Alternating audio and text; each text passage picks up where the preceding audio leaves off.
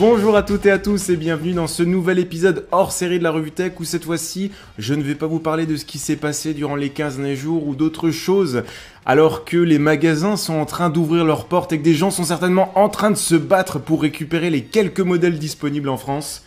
Pour vous, en exclusivité, je vais vous déballer l'iPad presque comme si c'était le vôtre.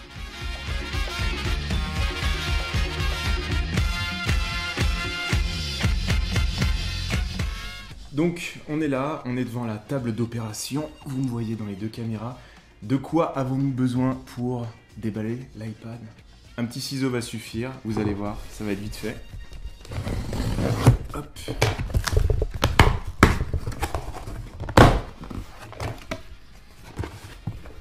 Voilà, donc on reconnaît un petit peu le côté écologique d'Apple avec ces fameuses boîtes d'œufs.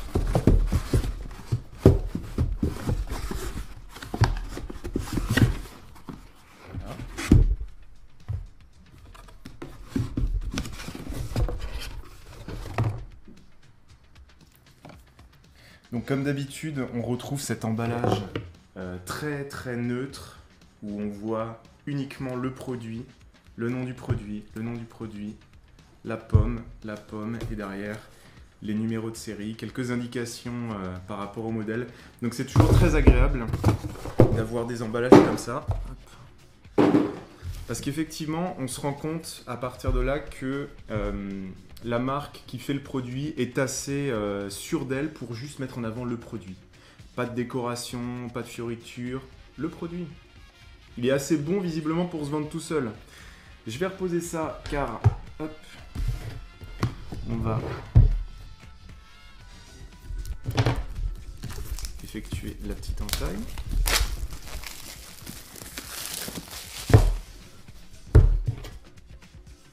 Ça, on ne devrait plus en avoir besoin. Je reprends la caméra. Ça va peut-être pas être si facile que ça à une main.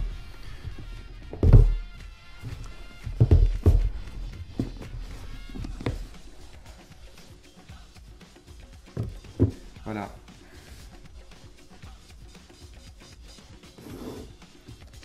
La petite languette, comme sur les ordinateurs, qui permet de retirer facilement le produit.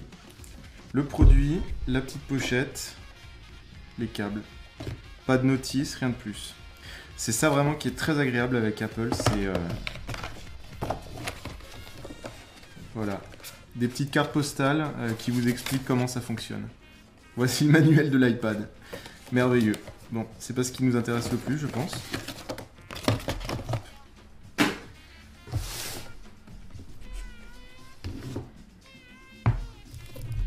Je vais reposer ça, hop, juste ici.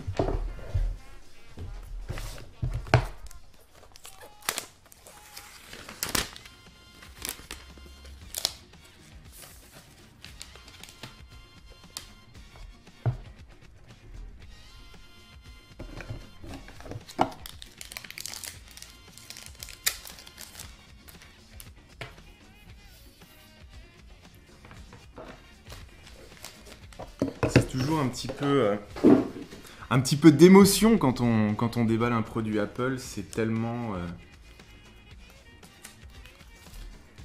fin, c'est très agréable en tout cas. Donc comme vous pouvez le voir, c'est un écran glossy. Et là,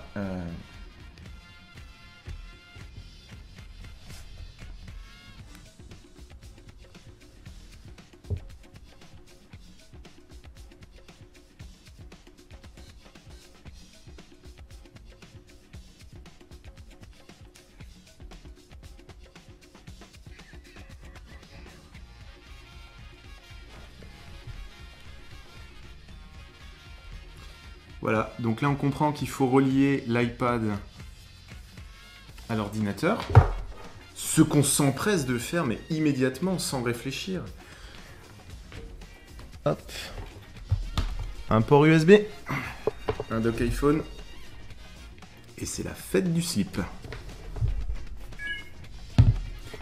Les possesseurs d'iPhone reconnaîtront ce petit bruit. Tout de suite, ce qui se passe à l'écran, vous allez le voir, iTunes va se lancer, forcément. Voilà. Voilà. Donc là, ça s'est remis à fonctionner. Disposition des tâches pour modifier la disposition. Maintenez le doigt sur une icône jusqu'à qu'elle s'anime, puis déplacez-la à l'endroit souhaité, comme sur l'iPhone. Voilà. Tout de suite sur l'écran, vous voyez que on peut enregistrer. On va le faire plus tard. Hein, on va pas spécialement s'embêter à ça. Voilà. On essaye de nous vendre MobileMe. Non, plus tard. On accepte les conditions générales de vente. Voilà, c'est merveilleux, c'est beau. On va l'appeler iPad. Synchroniser automatiquement les morceaux vidéo. Oui, pourquoi pas. Ajouter mes photos à mon iPad. On verra ça après.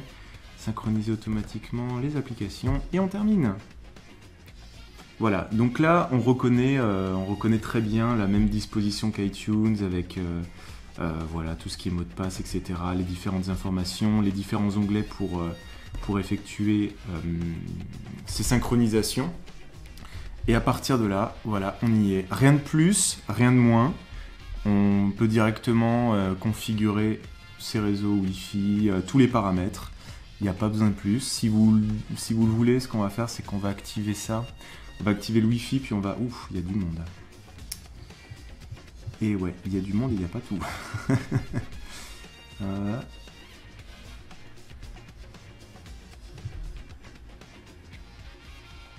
Hop, il est là. Mon mot de passe Wi-Fi, c'est une excellente question.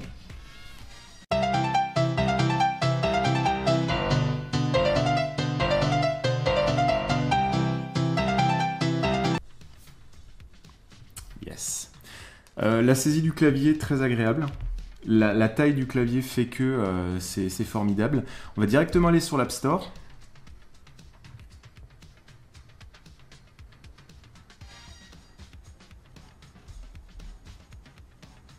Voilà. Qu'est-ce qu'on va pouvoir... Souhaitez-vous télécharger des iBooks gratuitement dès maintenant? Mais bien sûr que je veux gratuitement en plus. On va utiliser un compte existant. Alors, c'est parti. Deuxième fois.